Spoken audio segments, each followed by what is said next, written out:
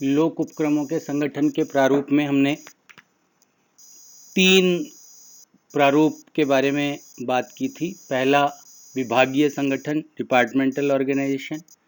दूसरा सार्वजनिक निगम या पब्लिक कॉरपोरेशन।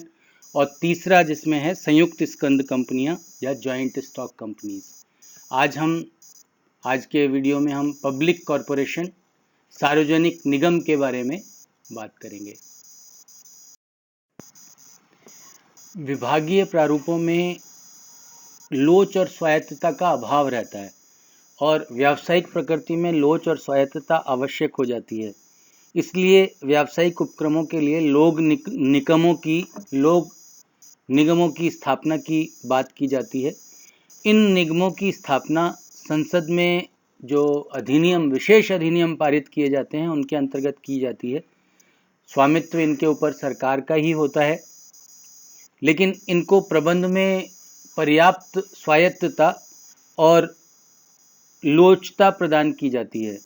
एक बार निगम की स्थापना करने के बाद इसकी प्रबंध और संचालन व्यवस्था स्वतंत्र होती है तथा दिन प्रतिदिन के कार्यों में राज्य का हस्तक्षेप नहीं होता। इस प्रकार इसमें सार्वजनिक निगमों में विभागीय स्वरूप के दोषों को दूर करने का प्रयास किया गया है। विभिन्न विद्वानों ने अलग अलग दृष्टिकोण से अपने हिसाब से परिभाषाओं का वर्णन किया है, जिसमें हम सबसे पहले हर्बर्ट मॉरिसन के शब्दों में देखें तो लोक निगम में लोक हित की दृष्टि से राजकीय स्वामित्व, राजकीय उत्तरदायित्व तथा व्यावसायिक प्रबंध तीनों का सम्मिश्रण है। इसी प्रकार से राष्ट्रपति रूजवेल्ट लिखते हैं, लोक निगम एक ऐसी संस्था है जिसे सरकार के अधिकार तथा निजी व्यवस्था की लोच तथा स्वतः प्रेरणा प्राप्त होती है। MC शुक्ला के शब्दों में विस्तृत रूप में एक सार्वजनिक निगम विधान द्वारा निर्मित एक समामेलित संस्था है जिसके अधिकार और कार्य निश्चित होते हैं, वित्तीय मामलों में स्वतंत्रता प्राप्त होती है और जिसका एक निश्चित क्षेत्र या एक विशिष्ट प्रकार की औद्योगिक और वाणिज्यिक क्रियाओं में कार्य सीमा निर्धारित होती है। प्रोफेसर डिमोक के अनुसार लोक निगम लोक स्वामित्व का ऐसा उपक्रम है जिसकी स्थापना संघीय, राज्य या स्थानीय सरकार द्वारा किसी विशेष व्यवसाय या उद्देश्य के लिए की जाती है। इन सारी परिभाषाओं से स्पष्ट है कि सार्वजनिक निगम एक ऐसी समामेलित स्वायत्त संस्था है जिसकी स्थापना संसद के विशेष अधिनियम द्वारा होती है। इस अधिनियम में इसके प्रबंध और संचालन संबंधी नियम होते हैं। इसकी सामान्य नीतियों का निर्धारण एवं इन पर नियंत्रण सरकार द्वारा किया जाता है, किंतु दैनिक प्रबंध एवं वित्तीय नियंत्रण में निजी उपक्रमों की तरह स्वायत्तता एवं लोच होती है।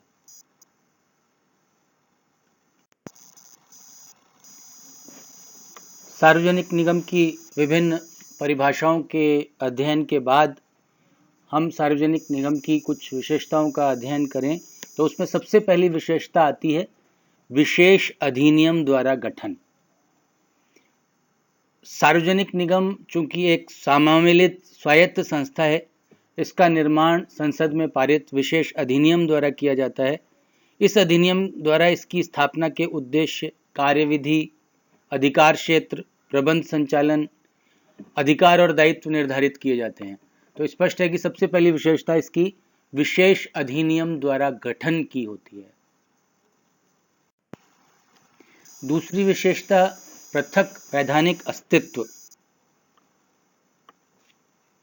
सार्वजनिक निगम एक संयुक्त पूंजी वाली कंपनी की तरह एक पृथक वैधानिक अस्तित्व वाली संस्था मानी जाती है, एक समामेलित निगम माना जाता है। यह विधान द्वारा निर्मित एक कृत्रिम व्यक्ति है जिसका पृथक वैधानिक अस्तित्व है। यह अपने नाम से संपत्तियां विक्रय कर सकती है। इन पर वाद प्रस्तुत किया जा सकता है और यह भी किसी के ऊपर भी वाद प्रस्तुत कर सकती है। इसमें व्यक्ति के समान अनुबंध करने की क्षमता होती है। तो स्पष्ट है कि सार्वजनिक निगम का पृथक वैधानिक अस्तित्व होता है। तीसरी विशेषता के रूप में हम कहते हैं कि सरकार का इस पर पूर्ण स्वामित्व होता है। सार्वजनिक निगम पूर्ण रूप से राज्य के स्वामित्व में कार्य करते हैं। इन पर केंद्र अथवा राज्य सरकार तथा केंद्र एवं राज्य सरकारों का संयुक्त स्वामित्व माना जाता है होता है। कुछ स्थिति में निजी उद्यमों को भी इनमें पूंजी विनियोजन की छूट दी जाती है, किंतु इन्हें प्रबंध व्यवस्था में भाग लेने का अधिकार प्रदान नहीं किया जाता। ऐसे निगमों को निश्चित स्वामित्व वाले निगम कहा जाता है। भारत में औद्योगिक वित्त निगम, राज्य वित्त निगम, केंद्रीय भंडारण आदि इसी प्रकार के निगम हैं। तो सरकार का पूर्ण स्वामित्व भी सार्वजनिक निगम की एक इम्पॉर्टेंट विशेषता है। स्वतंत्र वित्त व्यवस्था सार्वजनिक निगमों की एक बहुत इम्पॉर्टेंट जो विशेषता मानी जाती है वो यह है कि इनकी स्वतंत्र वित्त व्यवस्था होती है। निगम की स्थापना के समय सरकार इनमें निश्चित पूंजी विनियोजित कर देती है। इसके बाद निगम अपनी वित्त व्यवस्था स्वतंत्र रूप से करते हैं। निगमों के आय व्यय को बजट में नहीं शो किया जाता है, नहीं दिखाया जाता है। विभागीय उपक्रमों की तरह इनका बजट से कोई संबंध भी नहीं होता। निगम के अधिनियम में इसके लाभ के संपूर्ण अथवा कुछ भाग को सरकार को देने की व्यवस्था होती है। हानि होने पर यह सरकार से ऋण अथवा अनुदान लेकर उसकी पूर्ति करते हैं। यह सरकार का घाटा भी नहीं माना जाता। इस प्रकार यह निर्धारित सीमाओं में वित्त व्यवस्था करती है। वित्त व्यवस्था करने के लिए स्वतंत्र होती है, इसलिए इसकी एक बहुत बड़ी विशेषता मानी जाती है कि इनकी स्वतंत्र वित्त व्यवस्था होती है। प्रशासकीय बोर्ड द्वारा प्रबंध सार्वजनिक निगम का एक प्रबंध निगम का प्रबंध एक प्रशासकीय बोर्ड द्वारा किया जाता है। जैसे कि जॉइंट स्टॉक कंपनीज के स्थिति में किया जाता है, उसी प्रकार से सार्वजनिक निगम का प्रबंध भी प्रशासकीय मंडल से किया जाता है। इस बोर्ड का गठन संबंधित मंत्री के द्वारा किया जाता है, किंतु गठन होने के बाद मंडल निर्णय लेने के लिए स्वतंत्र होता है। प्रशासकीय मंडल अधिनियम की व्यवस्थाओं के अनुसार निगम के प्रबंध एवं संचालन संबंधी नियम बनाता है और वही प्रशासकीय बोर्ड उनका प्रबंधन करता है, उनका क्रियान्वयन करता है।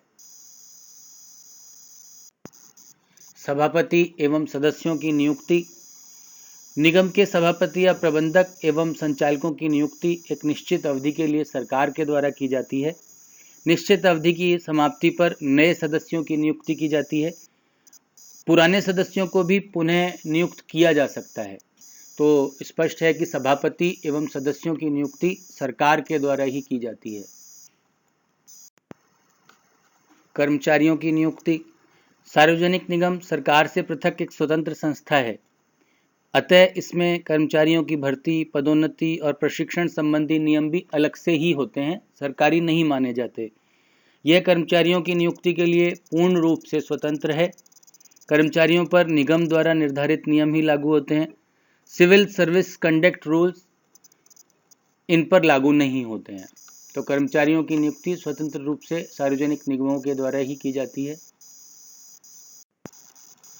बजट, बहीखाते एवं अंकेक्षण संबंधी स्वतंत्रता लोक निगम सामान्य सरकारी विभागों में लागू होने वाले बजट, बहीखाते और अंकेक्षण संबंधी नियमों से स्वतंत्र होते हैं और इसलिए ये अपने नियम पृथक रूप से स्वतंत्र रूप से बनाते हैं। इन नियमों में प्रशासकीय बोर्ड द्वारा बजट पारित किया जाता है और अंकेक्षक की नियुक्ति भी की जाती है।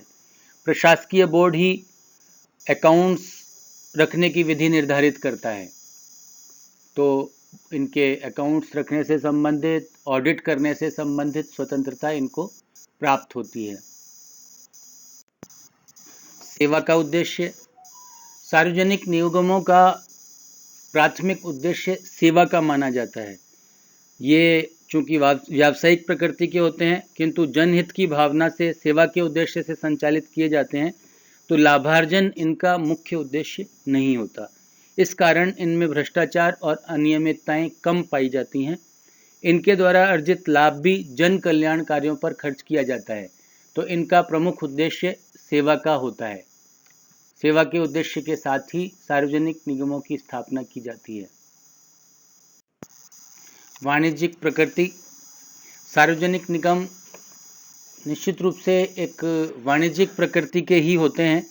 इनमें लोचता, पहल शक्ति, स्वायत्तता और प्रेरणा आदि पाई जाती है। सरकार या मंत्री तो इनकी मुख्य नीतियां निर्धारित कर देते हैं, किंतु दिन प्रतिदिन के कार्य प्रशासक मंडल या बोर्ड के द्वारा किए जाते हैं, स्वतंत्रता पूर्वक किए जाते हैं, तो इनको वाणिज्यिक प्रकृति के कार्य करने की स्वतंत्रता प्राप्त होती है। तो ये वाणिज्यिक प्रकृति के ही होते हैं। मंत्री की स्थिति। इसकी अंतिम विशेषता के रूप में हम मंत्री की स्थिति के बारे में जिक्र करें तो स्पष्ट है कि विभागीय उपक्रमों के समान इन पर मंत्री का पूर्ण नियंत्रण नहीं होता। मंत्री का हस्तक्षेप प्रशासन मंडल को सलाह देने तक ही सीमित रहता है। प्रशासनिक मंडल मंत्री की सलाह मानने के लिए बाध्य नहीं होते। तो स्पष्ट है कि मंत्री का एक बहुत लिमिटेड रोल होता है, जिसके अनुसार मंत्री अपनी सलाह और नीति निर्धारण का काम करते हैं।